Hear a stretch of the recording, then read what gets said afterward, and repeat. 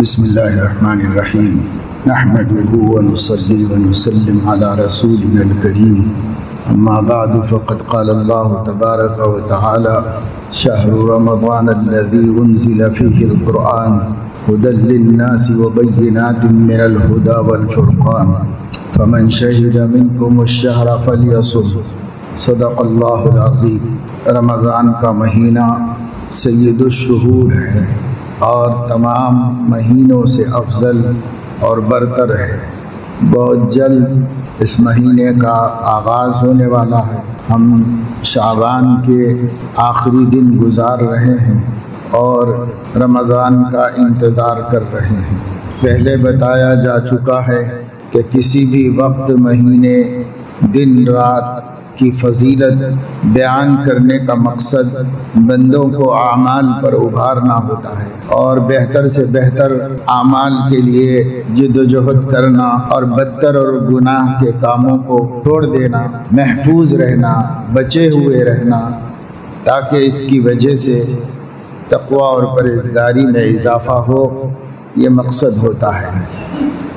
इस मुबारक महीने को भी अल्लाह ताला ने बड़ी रहमत और बरकत का महीना बनाया है और मंशा यही है कि अल्लाह के बंदे अपने तर्ज़ अमल में तब्दीली लाएं और मुबारक वक्त के अंदर बाबरकत ज़िंदगी गुजारने की कोशिश करें। बाज़ अहादीस से पता चलता है कि हुज़ूर सल्लल्लाहु अलैहि वसल्लम ने शाबान के आखिरी दिनों में मुसलमानों से खिताब फरमाया, ख़ास जुमे के खुतबे में इरशाद फरमाया, ख़ास आपने ख़ास तौर से लोगों को जोड़ कर याद दहानी फरमाई।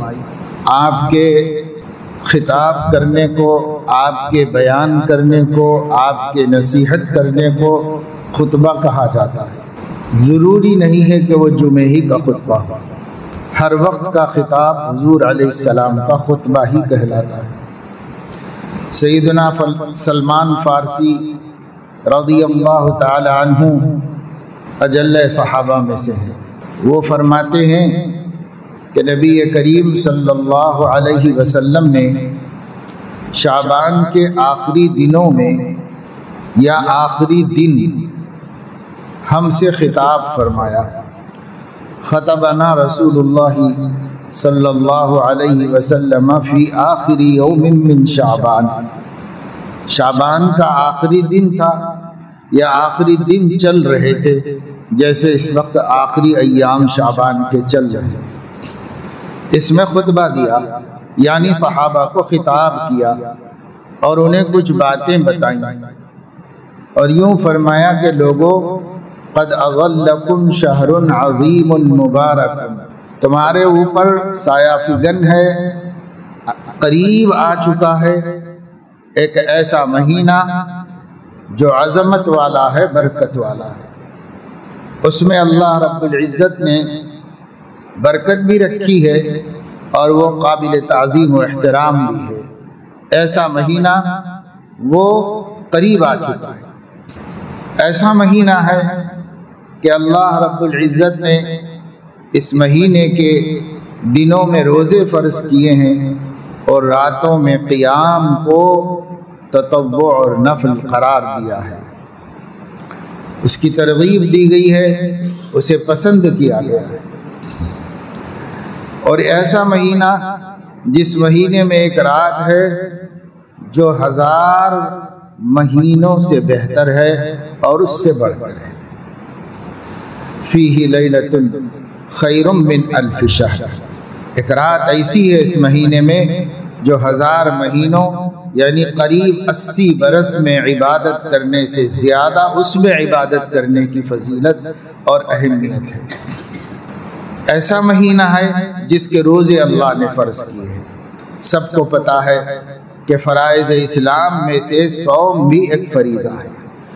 रोज़ा रमज़ान के महीने का हज़रत अलैहिस्सलातु वस्सलाम जब इस्लाम की तारीफ़ फरमाते और कभी ईमान की तारीफ़ में भी यही बातें बयान फरमाई हैं कि शहादतैन का इकरार करना यानी गवाही देना अल्लाह रब्बुल इज़्ज़त के एक होने की और रसूलुल्लाह सल्लल्लाहु अलैहि वसल्लम के रसूल होने की गवाही देना।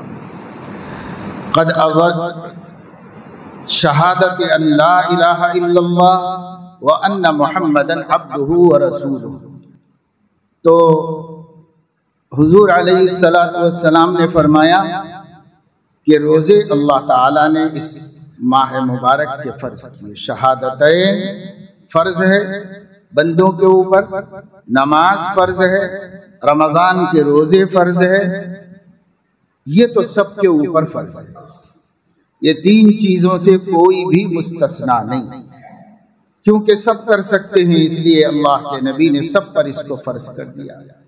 हर आदमी गवाही देता रहे, ईमान की तजदीद करता रहे, अशहदु अल्ला इलाहा इल्लल्लाह व अशहदु अन्ना मुहम्मदर रसूलुल्लाह कहता रहे। जैसे अजान में 5 वक्त हमेशा इस शहादत का ऐलान होता रहता है। अजान में इसका ऐलान कराने का एक फ़ायदा ये भी है कि बंदे बार बार शहादत देते रहें। चुनाचे जो लोग अजान का जवाब देने का एहतमाम करते हैं वो कम से कम 5 मरतबा रोजाना शहादत देते हैं कि अल्लाह रब्बुल इज़्ज़त एक है और उसका कोई साजी और शरीक नहीं है। मैं किसी को अल्लाह की कुदरत में, ज़ात में, सिफात में शरीक नहीं मानता, सब में अल्लाह को यकता व यगाना मानता हूँ और मोहम्मद सल्लल्लाहु अलैहि वसल्लम को अल्लाह का रसूल यानी अपना हादी और रहनुमा और रहबर मानता हूँ। ये गवाही देता है। मुअज्जिन तो देता ही है, जोर से इसलिए देता है, सारे लोगों को सुनाकर इसलिए देता है गवाही कि और लोग भी सुने तो गवाही दे। सबको देना चाहिए। और हदीस पाक में अजान का जवाब देने का हुक्म आया है। बुखारी शरीफ में भी रिवायत मौजूद है कि हज़रत अलैहिस्सलातु वस्सलाम ने फरमाया कि मुअज्जिन जो कहे उसको तुम दोहराओ। वो अल्लाह अकबर कहे तो हर सुनने वाले को भी कहना चाहिए, क्योंकि मुअज्जिन जो कह रहा है वो हक है, सदाकत है। हर मोमिन को इसका एतराफ करना चाहिए और बार बार करना चाहिए। तो कम से कम जो लोग अजानों का एहतमाम करते हैं, अजान सुनने का एहतमाम करते हैं, अजान का एहतराम करते हैं और जैसे अजान शुरू होती है तो तैयार हो जाते हैं कि भाई मुअज्जिन जो कहे हम उसको दोहराएं। यही वजह है कि मुअज्जिन को जो अजान देता है इकामत की तरह मुसलसल अजान देने का हुक्म नहीं है।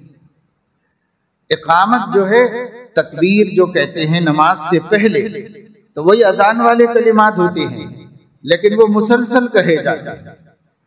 और अजान जो है वो ठहर ठहर कर कही जाती है। अगरचे के फुक़हा ने इकामत का भी जवाब देने के लिए कहा है, लेकिन अजान का जवाब बहरहाल मुसलमानों पर लाजिम और वाजिब है कि अजान का जवाब दे। और मुअज्जिन इतनी देर रुके जितनी देर में ये कलिमा कोई दूसरा दोहरा ले, यानी अल्लाह अकबर कहने में जितना वक्त लगे उतना वक्त रुके ताकि दूसरा भी दोहरा, दूसरा शख्स कह सके ये लफ्ज। और इसी तरीके से जब वो शहादतैन कहेगा, 2 मरतबा अशहदु अल्ला इलाहा इल्लल्लाह कहेगा, तो सुनने वाले भी कहेंगे। जब सुनने वाले भी कहेंगे तो वो भी हर अजान के वक्त 2 मरतबा गवाही देंगे, शहादत देंगे। और ये शहादत हमारा ईमान है। ये शहादत सब चीजों की असल है, बुनियाद है। सब आमाल का एतबार शहादतैन की सेहत पर है। अगर ये हम अपने दिल से मान कर कहते हैं कि मैं गवाही देता हूं कि अल्लाह एक है, और हम दिल से मान कर कहते हैं मैं गवाही देता हूं कि मोहम्मद अल्लाह के रसूल हैं, यही ईमान है। और यही हमारी सबसे बड़ी पूंजी और सबसे बड़ा सरमाए नजात व मग़फ़िरत है, ये शहादतैन। इसलिए पहले नंबर पर हुजूर अलैहिस्सलाम फरमाते थे, इस्लाम क्या है भाई? शहादतैन। पहला काम ईमान की दुरुस्तगी, पहला काम अपने अहद का इस्तिहज़ार और उसका यकीन, दूसरा काम नमाज कायम करना, तीसरा काम रमजान शरीफ के रोजे रखना। अगरचे के नमाज के साथ जोड़कर ज़कात का जिक्र किया जाता है, लेकिन मैं रमजान के रोजे इसलिए पहले बयान कर रहा हूं कि ये तीनों चीजें हर मोमिन पर लाजिम है, हर मोमिन, मर्द औरत, हर ईमान वाले पर लाजिम है ये तीनों चीजें, शहादतैन, इकामत सलात और रमजान आ जाए तो उसके रोजे रखना, इससे कोई भी मुस्तस्ना नहीं। उसके बाद ज़कात है तो ज़कात से गरीब मुस्तस्ना, जिसके पास उतना पैसा ही नहीं है तो ज़कात का क्या करेगा, कहां से लाके अदा करेगा, वाजिब ही नहीं होगी, दे गई नहीं। तो इसमें सब लोग शरीक नहीं है, सिर्फ मालदार, और वो मालदार जिन्होंने निसाब के मुताबिक माल जमा करके रखा हो और साल भर तक रहा हो उसके पास, तो वो शख्स है। तो ऐसे सब नहीं होते, बल्कि थोड़े ही मुसलमान होते हैं, अक्सरियत ऐसी नहीं होती। अब फिर उसके बाद हज है, तो इसके मुखातब तो और भी बहुत कम लोग। इसलिए पहले भी बता चुका हूं कि पांचों बातों पर ईमान रखना तो जरूरी है कि यह फर्ज है, उसकी फर्जियत पर सबको ईमान रखना है। शहादतैन का फर्ज होना और नमाज का फर्ज होना, ज़कात का फर्ज होना, रोजे का फर्ज होना, हज का फर्ज होना, ये एक फरीजा है अल्लाह की तरफ से बंदों पर। ये ईमान के दर्जे में तो सबको मानना है कि सब जो भी इनकार करेगा वो खुद खारिज इस्लाम हो जाएगा। इसमें से एक चीज का भी इनकार नहीं कर सकता, और भी चीजों का इनकार कुफ्र है, लेकिन ये पूरा ऐसा निसाब है जिसे तारुफ इस्लाम के लिए मुंतखब किया गया है। कहा जाए कि इस्लाम क्या है, तो शहादतैन, नमाज, रोजा, ज़कात, हज। तो इसमें से तो कोई आम से आम आदमी भी इनकार नहीं कर सकता कि ये फराइज है, ये इस्लाम है, इसी का नाम इस्लाम है, ये इस्लाम का स्ट्रक्चर है, उसका ढांचा। कोई भी इसमें से थोड़ा भी तोड़ देगा तो इस्लाम खुद टूट जाएगा। तो ईमान तो पांचों बातों पर रखना इस बात का कि ये फरीज़े हैं अल्लाह की तरफ से जो हम पर फर्ज किए गए, लेकिन अमली तौर पर तीन चीजों के सब मुखातब हैं और दो चीजों के मालदार मुखातब हैं, सब मुखातब नहीं। अमली तौर पर कलमा, नमाज और रोजा, इसके लिए अमीर हो कि गरीब हो, सेहतमंद हो, बीमार हो,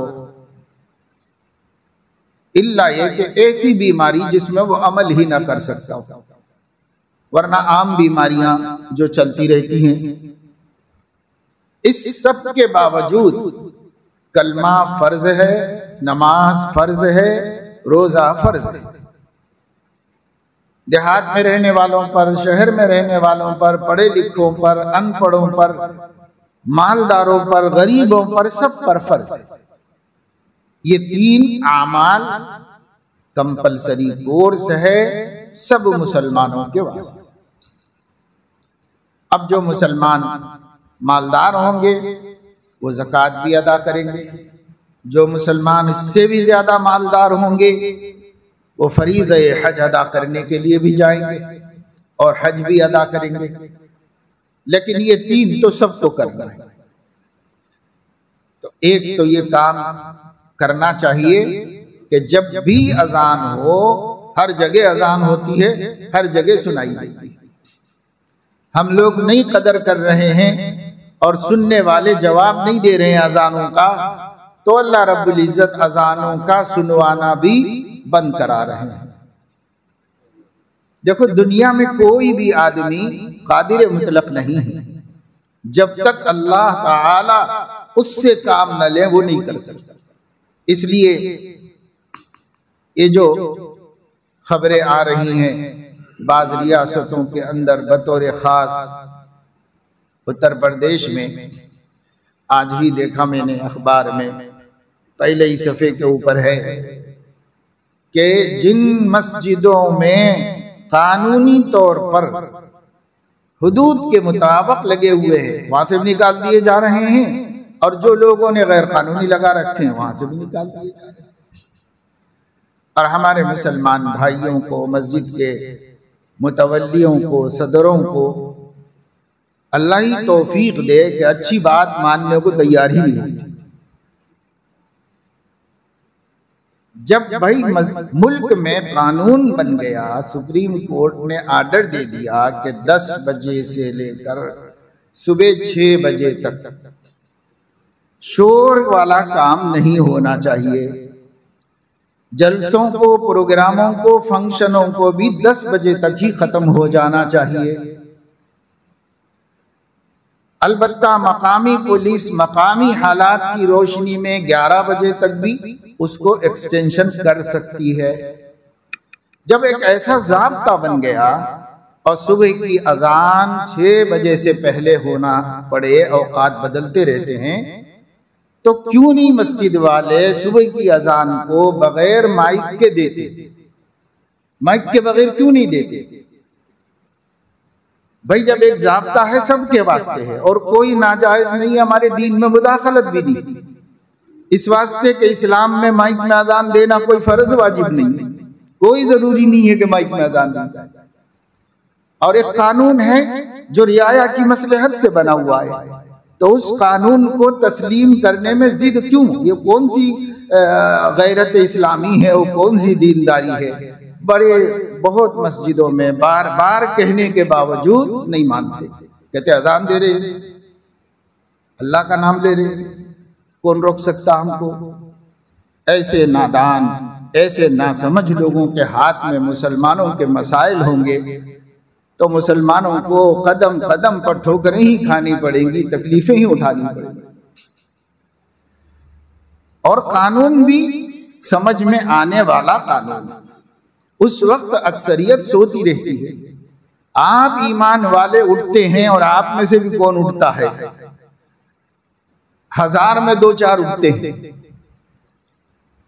तो सोने वालों के सोने के वक्त में ऐसा कोई काम करना जिससे किसी इंसान को और मुसलमान को डिस्टर्बेंस हो, इस्लाम खुद उसकी इजाजत नहीं देता, इस्लाम खुद उसको मना करता है।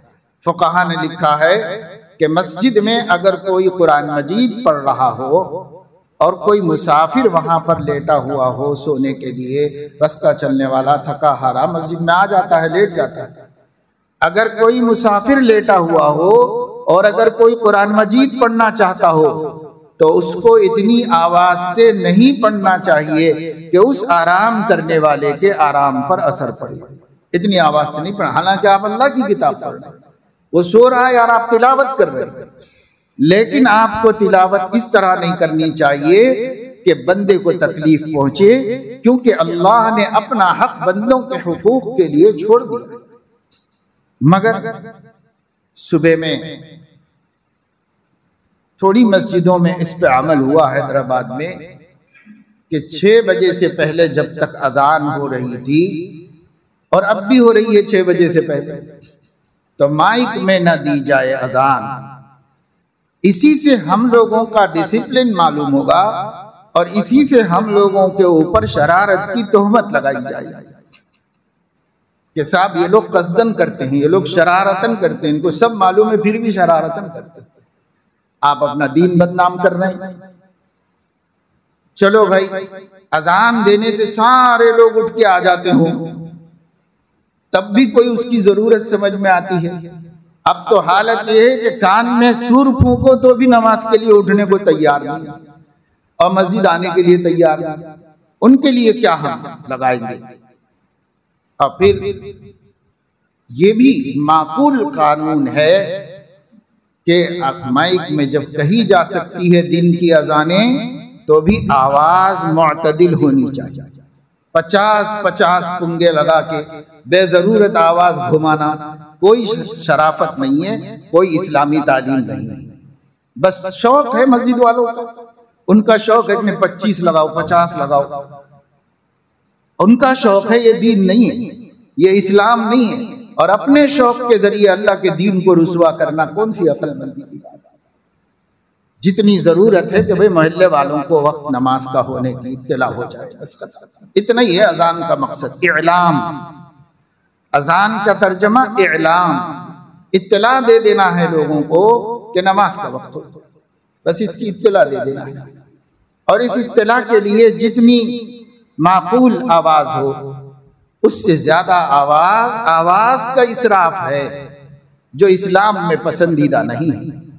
और इस्लाम उसको बिल्कुल गवारा नहीं करता। ये और बात है कि मुसलमानों ने उसे अपना कल्चर बना लिया, इस्लाम तो उसको पसंद नहीं करता। तो इसका खास ख्याल रखना चाहिए और इसका एहतमाम मुसलमानों को करना चाहिए, मस्जिद वालों को करना चाहिए।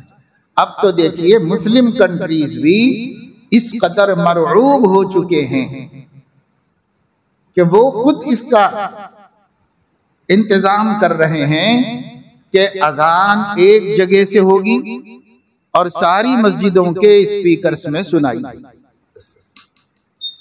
कही जाएगी एक ही जगह। कई बरस हो गए मैं अबू ज़हबी में था, तो वहां पर बाकायदा इसको अमलन देखा हूं, खुद देखा हूं। जिस मस्जिद में हम नमाज पढ़ रहे थे उस मस्जिद के अंदर मौज़िन साहब नहीं थे, लेकिन उसके स्पीकर्स में अजान की आवाज आती, मौज़िन कोई नहीं थी। पूछने पर मालूम हुआ कि सिर्फ जामा मस्जिद में अजान कही जाती है और तमाम मस्जिदों के स्पीकर से सुनाई देती है। ऐसा इसलिए कि हुकूमत ने पाबंद कर दिया है कि अजान की आवाज को कंट्रोल में रखा जाए और एक ही जगह से होगी तो आवाज कंट्रोल में रहेगी। वहां कंट्रोल में रखेंगे तो पूरे शहर में कंट्रोल में रहेगी। और ऐसा उन लोगों ने इसलिए किया कि वहां के ईसाइयों ने दरख्वास्त दी बादशाह को कि ये हर वक्त मुख्तलिफ तरीके से बड़ी बड़ी आवाजें होने की वजह से हमको चर्चों में प्रेयर करने में तकलीफ हो रही है। इस दरख्वास्त पर बादशाह ने यह हुक्म जारी कर दिया कि अजान एक जगह से कही जाए और कंट्रोल रहे आवाज पर, और वही अजान हर मस्जिद से सुनाई दी जाए। और अभी ऐसा सऊदी अरबिया में भी होने वाला है। जब मुस्लिम कंट्रीज में हो जाएगा तो यहाँ की हुकूमत के लिए तो बहुत बड़ी दलील हो जाएगी, बड़ा सबूत हो जाएगा। और वो कहेगा कि साहब तुम्हारे मुल्कों के अंदर नहीं है तो तुम यहाँ क्यों शरारत करना चाहते हो। तो ये सब आजमाइशें क्यों आई? पहले तो नहीं थी ऐसी कोई आजमाइश। पहले गैर मुस्लिम भी बोलते थे भाई अजान सुन के सुकून होता है। पहले गैर मुस्लिम औरतें भी पल्लो ओढ़ लेती थी, अजान हो रही है भाई अल्लाह का नाम लिया जा रहा है। हमने भी देखा बचपन में तजुर्बा, गाँव में हर जगह गैर मुस्लिम भी उसी तरह एहतराम करते अजान का जैसे मुसलमान करते। और वो कहते थे भाई अजान हो सुकून होता है। अभी भी बाज लोग हैं ऐसे। हम लोग 6 बजे से पहले मदरसे की मस्जिद में माइक में अजान नहीं कहते। अजान जो है वो मदरसे के अंदर के मस्जिद के अंदर के माइक में अजान कही जाती है। ऊपर वाले माइक में स्पीकर्स में अजान नहीं कहते। काफी अरसे से जब से ये कानून सामने है मदरसे में इसी पर अमल होता है। ख्वाजा बाबा अंदर के स्पीकर्स में अजान होती है, ऊपर वाले में जोहर से लेके इशा तक की अजानें होती हैं, सुबह की नहीं होती। तो बाज गैर मुस्लिम दूर दूर रहते हैं कॉलोनियों में, वो लोग भी मिलने जुलने वालों से, रास्ते में नजर आने वालों से कह रहे हैं भाई आप लोगों ने सुबह की अजान बंद कर दी है। क्यों बंद कर दिया?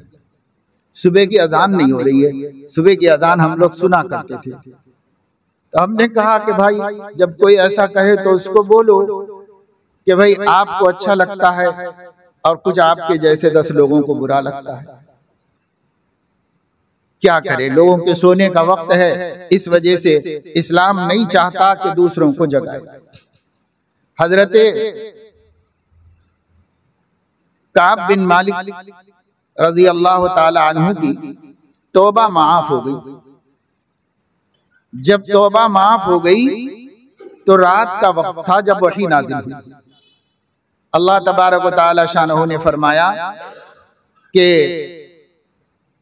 अल्लाह ताला ने माफ कर दिया है उन लोगों को। ये वही जब नाजिल हुई तो हुजूर अलैहिस्सलातु वस्सलाम ने सहाबा जो मौजूद थे उनको सुनाया और फरमाया भाई खुशखबरी, अल्लाह ताला ने उन मुखलिस मुसलमानों को माफ कर दिया। वही नाजिल हो गई। कुरान में बता दिया गया है सुम्मा ताबल्लाहु अलैहिम लियतूबू इन्नल्लाहा हुवत तव्वाबुर रहीम। अल्लाह ने उनको माफ कर दिया है, वही नाजिल हो गई।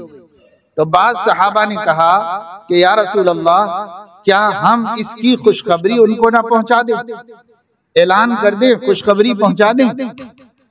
हजरत अलैहिस्सलातु वस्सलाम ने फरमाया कि अभी नहीं, इसलिए कि अभी वो लोग सो गए होंगे और तुम लोग मुबारकबादियां देने पहुंचोगे तो उनकी नींद खराब हो जाएगी। इसलिए सुबह होने के बाद ऐलान करो, सुबह होने के बाद इस खुशखबरी को फैलाओ, सोते वक्त क्यों फैलाओ?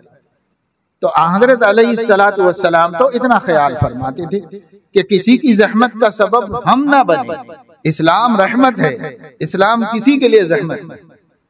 तो मैं अर्ज कर रहा था, जब से हमने अजान का जवाब देना छोड़ दिया, अजान होती रहती है, बातें करते रहते हैं, अजान होती रहती है, कारोबार करते रहते हैं, अजान होती रहती है, अपने कामों में मसरूफ रहते हैं, अजान होती रहती है, आपस में बातें करते रहते हैं, बुराइयां और गीबतें और लड़ाइयां और झगड़े और फितने सब चलते हैं और अजान भी होती रहती है। तो जब से मुसलमानों ने अजान का जवाब देना छोड़ दिया, अल्लाह रब्बुल इज्जत ने ऐसे लोगों को मुसल्लत कर दिया जिनको अजान अच्छी नहीं लग रही है और वो कह रहे हैं कि अजान पे पाबंदी लगाओ, लाउड स्पीकर पर पाबंदी लगाओ। क्यों? अल्लाह ताला ये इंतजाम फरमा रहे हैं, जो मत दे मेरे ईमान वाले सुनना ही नहीं चाहते अजान, उनको क्यों सुनाई जाए? जो सुनना ही नहीं चाहते उनको क्यों सुनाई जाए? और जो सुनकर जवाब तक देने को तैयार नहीं कि अपनी बकवास रोको और अल्लाह अकबर कहो, अशहदु अल्ला इलाहा इल्लल्लाह कहो। जो मुअज्जिन कह रहा उसको दोहराओ और फजूल बातें छोड़ो, कारोबार छोड़ो, धंधा छोड़ो, थोड़ी देर के लिए रुको और कस्टमर को रोको और कहो कि अजान हो रही भाई, या कम से कम काम करते हुए ही सही जवाब देते रहो। लेकिन मुसलमान जवाब देना छोड़ दिया, अजान सुनना छोड़ दिया मुसलमान। तो अब ऐसे हालात बन रहे हैं कि साहब सुनाई भी नहीं दी जाएगी आपको अजान, अब खुद ही घड़ियां देख के जाना है नमाज को तो जाओ, नहीं तो जो है ऐसे जालिम मुसल्लत कर दिए गए हैं कि आपको अजान सुनाने पर पाबंदियां लगा दी।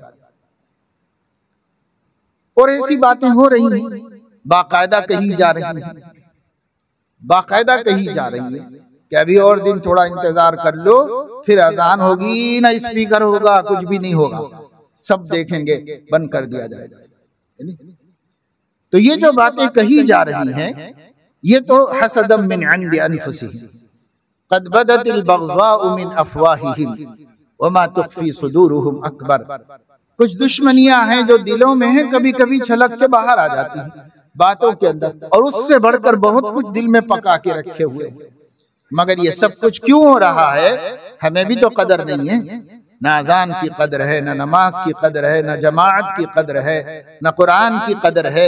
हमें किस चीज की कदर है? हमें जरूरत भी नहीं।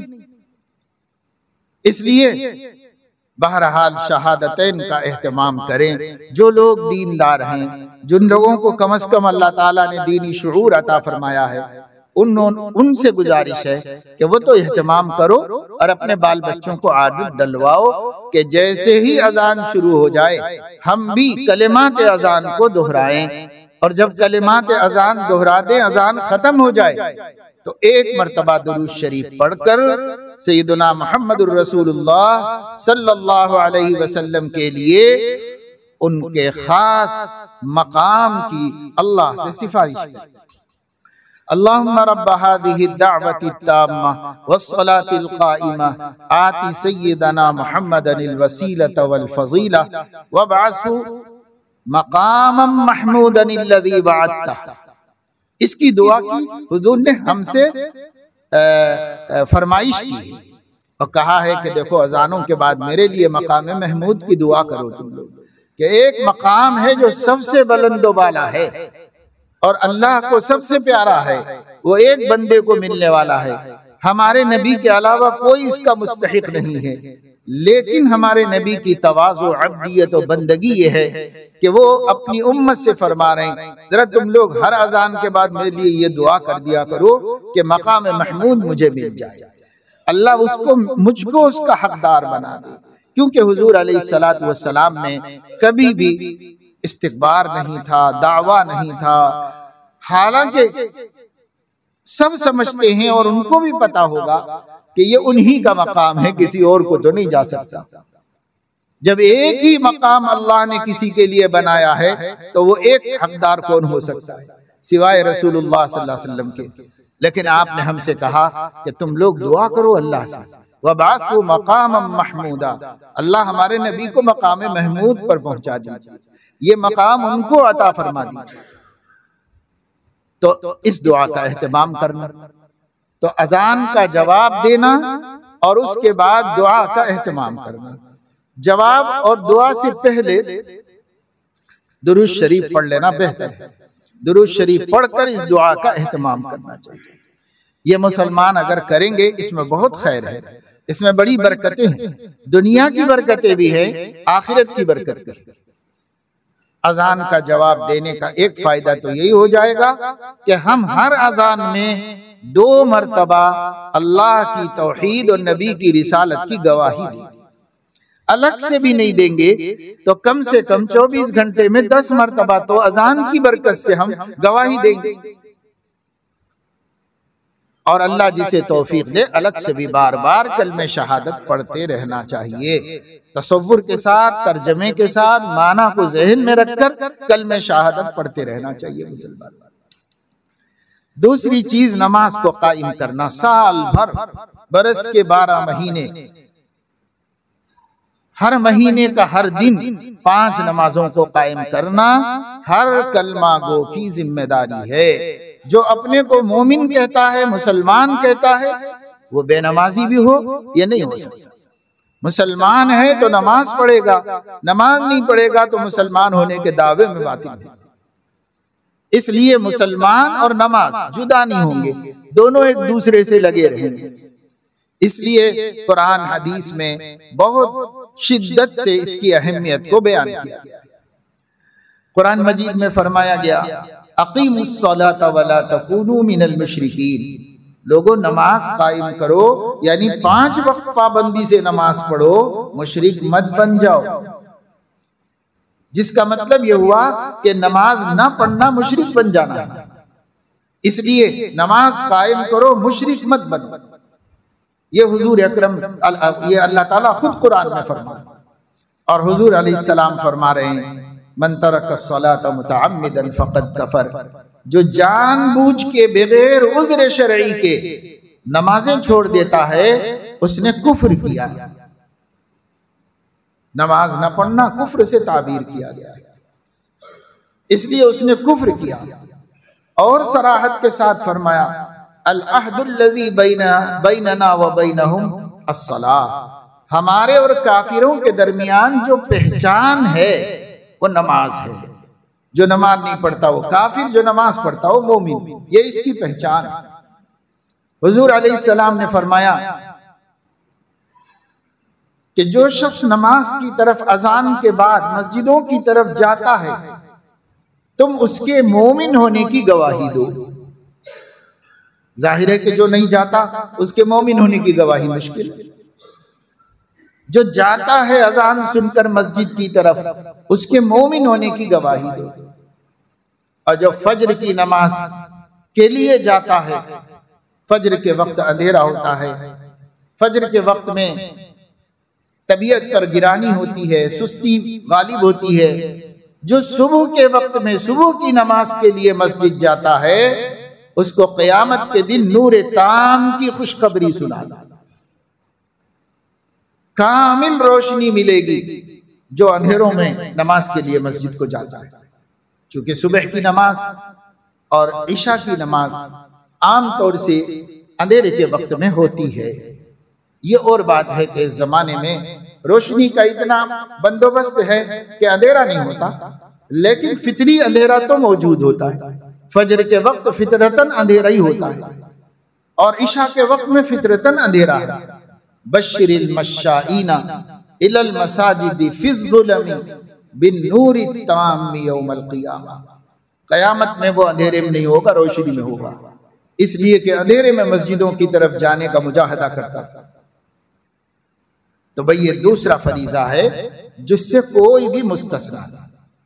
जैसे सब ईमान की तजदीद करते रहें और गवाही तौहीद और रिसालत की देते रहें, ऐसे ही दूसरा काम नमाज की पाबंदी करते रहें। 5 वक्त नमाज रोजाना पढ़ने को पाबंदी करना कहते हैं, कभी कभी पढ़ने को नमाज पढ़ना कहते हैं, नमाज कायम करना नहीं कहते। इकामत सलात है, जहां भी कुरान में है नमाज पढ़ने को नहीं कहा गया है, जहां भी कुरान में कहा गया है नमाज कायम करने को कहा। और कायम करने का मतलब है अपने वक्त के अंदर, मुकर्ररा वक्त के अंदर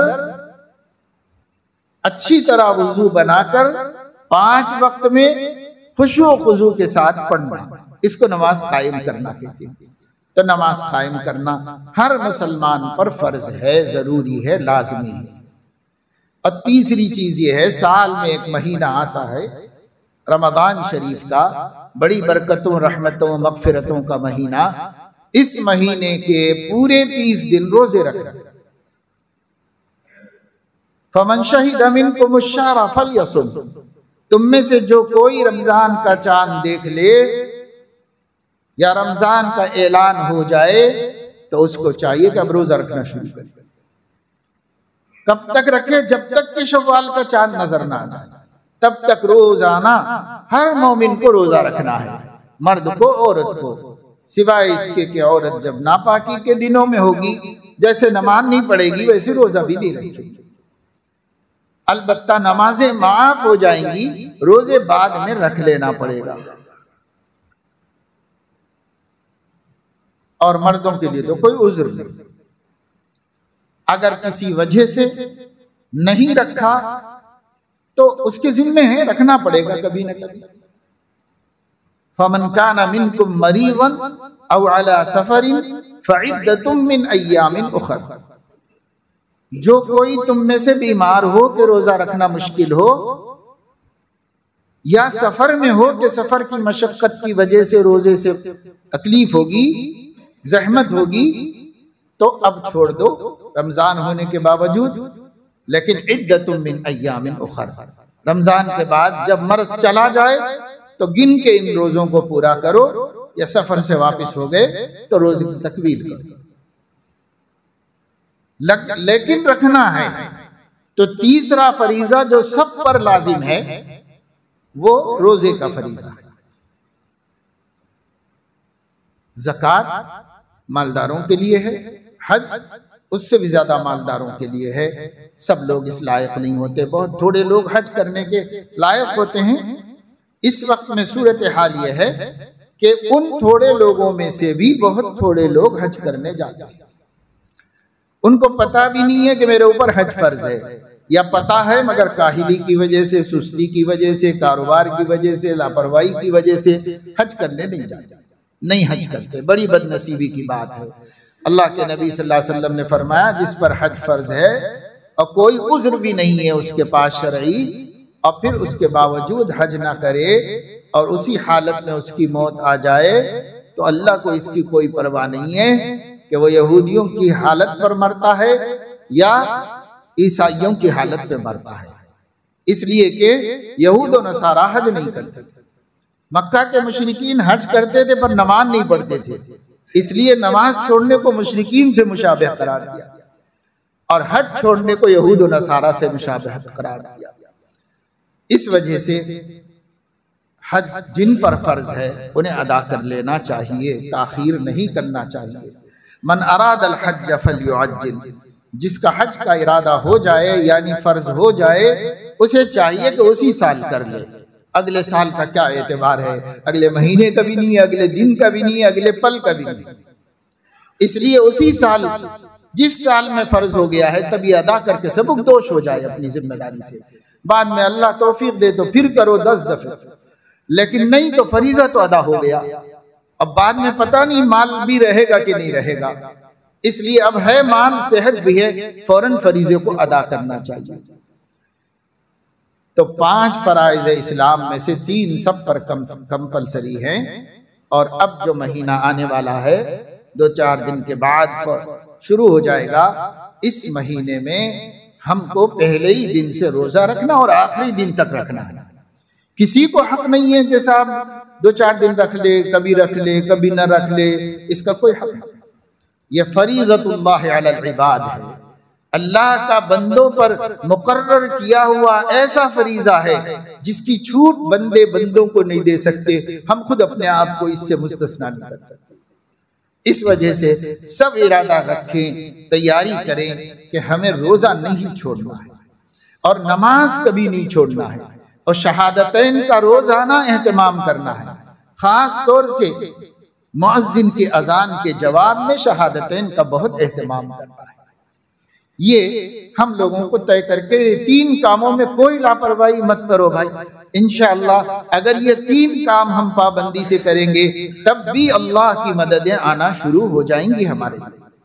एक नमाज ही ऐसा फरीजा है, जब अल्लाह के बंदों की अक्सरियत मस्जिद आने लगेगी और 5 वक्त नमाज पढ़ने लगेगी, तो थोड़े लोग चाहे न भी पढ़ते हों, अक्सरियत पढ़ने लगेगी तो अल्लाह अपनी नुसरतें, अपनी मददें इस दुनिया में भेज देगा और अल्लाह ताला हमें मगलूब रखने के बजाय गालिब रखेगा समाज में और हमारी इज्जत सबसे बुलंद करेगा अल्लाह रब्बुल इज्जत। लेकिन शर्त है कुछ हमें भी करना होगा ना। हम ही नहीं करेंगे तो अल्लाह को भी क्या परवाह है हमारी। हम कौन 30 मार खाएंगे, अल्लाह को कोई नुकसान हो जाएगा नमाज नहीं पढ़ेंगे तो। अल्लाह रब्बुल इज्जत का कुछ नहीं जाने वाला है। हम अगर अपनी कामयाबी चाहते हैं तो हमें अल्लाह रब्बुल इज्जत के अहकाम की कदर करनी चाहिए। अल्लाह ताला को अल्लाह मानना चाहिए, उसके हुक्म को हुक्म मानना चाहिए, उसकी हुकूमत को अपने ऊपर तस्लीम करना चाहिए। जैसे हमने दुनिया वालों की हुकूमतें तस्लीम कर रखी हैं। अल्लाह तो अहकमुल हाकिमीन, हकीकी हुकूमत तो अल्लाह ही की है। उसकी तो बिल्कुल हर मोमिन को अपने ऊपर अल्लाह की हुकूमत तस्लीम करके जिंदगी गुजारना चाहिए। हुकूमत अल्लाह पाक की है मेरे ऊपर, सर से लेके पैर तक मेरे ऊपर अल्लाह की हुकूमत है। मेरे घर पर अल्लाह की हुकूमत है। मैं अपने आप पर और अपने घर पर सिर्फ अल्लाह का हुक्म चलाऊंगा और अल्लाह के गैर का हुक्म नहीं चलेगा। ये हर मोमिन को तय कर लेना चाहिए और इसके मुताबिक हर मोमिन को अमल करना चाहिए, तो फिर इससे अल्लाह की मदद आती है। अभी जब रमजान में रोजे रखेंगे, दूसरा काम रमजान की रातों में नफलें पढ़ना है। और इन नफलों का इंतजाम शरीयत ने इस तरह कर दिया कि हर रमजान की रात में मस्जिद में ईशा के बाद वितर से पहले नफलें पढ़ी जाती। ये तरावीह है। हमारे फुक़हा इसको सुन्नत मुअक्कदा कहते हैं। सुन्नत मुअक्कदा का हुक्म यह है बिला उज़्र के तर्क करना गुनाह है और बिल्कुल तर्क कर देना गुनाह कबीरा है। इसलिए सुन्नत मुअक्कदा का एहतमाम करना चाहिए, न सिर्फ इस वजह से कि सुन्नत मुअक्कदा है, बल्कि इस वजह से कि रमजान की रातें हैं और इसमें अल्लाह अपनी इबादत बंदों को इबादत करता देखकर खुश होता है। इस वजह से हम इबादत जितनी ज्यादा हो सके, जितनी मस्जिद में हुई वो भी करें और इसके बाद घर में भी करें। रातों में इबादत का एहतमाम रमजान शरीफ में रखें, क्योंकि सियामुहु फरीज़तुन व क़ियाम लैलिही ततव्वु, उसके दिनों का रोजा फर्ज और उसके रातों की इबादत पसंदीदा करार दी। इसलिए आम नमाजें तो पढ़नी ही है पाबंदी से, 5 नमाजें, और इन 5 नमाजों के अलावा तरावीह भी एहतमाम से पढ़ना है, तहज्जुद भी एहतमाम से पढ़ना है। साल भर ना पढ़े हों तो चलो ठीक है, उठ नहीं पाए, थक जाते हैं, गफलत है, किसी भी वजह से नहीं पढ़े होंगे। तहज्जुद नहीं पढ़ के कोई शख्स गुनाहगार तो नहीं होता। फर्ज नमाज छोड़ के गुनाहगार होता है, तहज्जुद छोड़ दिया तो गुनाहगार तो नहीं होता। लेकिन है बड़ी अजीम इबादत, है बड़ा मुबारक अमल जो हर उम्मत के सालिहीन का दस्तूर रहा है। अलैकुम बिक़ियामिल लैल फ़इन्नहु दअबुस सालिहीन क़ब्लकुम, तुम अपने ऊपर तहज्जुद की नमाज लाजिम कर लो। अल्लाह ने नहीं की, रसूल ने नहीं की, लेकिन तुम खुद कर लो अपने ऊपर, इसलिए कि इन्नहु दअबुस सालिहीन क़ब्लकुम। हर जमाने के नेक लोगों का ये मिजाज रहा, पिछले पहर अल्लाह के सामने खड़े होते और इबादत करते थे, हर जमाने में, और बनी इसराइल में भी और इस उम्मत में भी, खुद हमारे नबी भी। तो कम से कम रमजान के महीने में जब हम सहरी करने को उठ ही जाते हैं तो तहज्जुद से क्यों महरूम रहे। इसलिए सब ये तय कर लें अभी से कि रमजान शरीफ के महीने में सहरी में उठेंगे, सहरी का वक्त और तहज्जुद का वक्त एक ही है। इसलिए जब सहरी में उठेंगे पहला काम मुंह हाथ धोकर वुजू बनाकर सहरी करेंगे, और जब हम सहरी तहज्जुद पढ़ेंगे और तहज्जुद पढ़ के सहरी करेंगे। अगर कोई अल्लाह के बंदे सहरी जल्दी करते हो और टाइम बाकी है, अभी फजर का वक्त शुरू नहीं हुआ है, तो खाना खाने के बाद भी पढ़ सकते हैं। लेकिन मामूल अपना ये बना, उठने के बाद पहले भाई 2 रकात, 4 रकात, 6 रकात, 8 रकात, अल्लाह जो तौफीक दे दे पढ़ लो, और 2 मिनट 3 मिनट अल्लाह से राज़ो नियाज कर लो, दुआएं मांग लो, फिर दस्तरखान कर लो। इसी हिसाब से अलार्म रख के उठो, तरावी पढ़ के घर जाके जल्दी सो जाएंगे तो तहज्जुद में उठना आसान हो जाएगा। रातों में मटर गश्त करते रहेंगे, महफिलें जमाते रहेंगे, टाइम पास करते रहेंगे, ऐन सहरी के वक्त में नींद लगेगी, सहरी के लिए उठना भी मुश्किल हो जाएगा। बहुत से अल्लाह के बंदे नहीं उठते, माएँ उठा उठा के थक जाती हैं और बिन सहरी का रोजा रख लेते हैं। वो मुजाहिदा खुद ही करते हैं बिला वजह का, खाली काहिली सुस्ती लापरवाही की वजह से करते हैं, बिला वजह का मुजाहिदा है। हुजूर अलैहिस्सलाम ने फरमाया हमारे और यहूदियों के रोजे में फर्क ये है कि वो बगैर सहरी का रोजा रखते हैं, हम सहरी खा के रोजा रखते हैं। ये अपने इस्लामी रोजे की शिनाख्त हुजूर ने बताया कि इस्लामी रोजा ये है। और हज़रत अलैहिस्सलातु वस्सलाम ने खुद भी सहरी का एहतमाम फरमाया है। इस वजह से सहरी में उठना, तहज्जुद भी पढ़ना, सहरी करके बाकायदा नियत के साथ रोजा रखना, लापरवाही और गफलत नहीं। ये 2 अमल कम से कम रमजान शरीफ में, क़ियाम लैल, रातों की इबादत और दिनों का रोजा एहतमाम के साथ हम रखेंगे तो जो मकसद है लअल्लकुम तत्तकून, वो मकसद पूरा होगा और अल्लाह रब्बुल इज़्ज़त हमें परहेजगार बंदों में शुमार फरमाएंगे।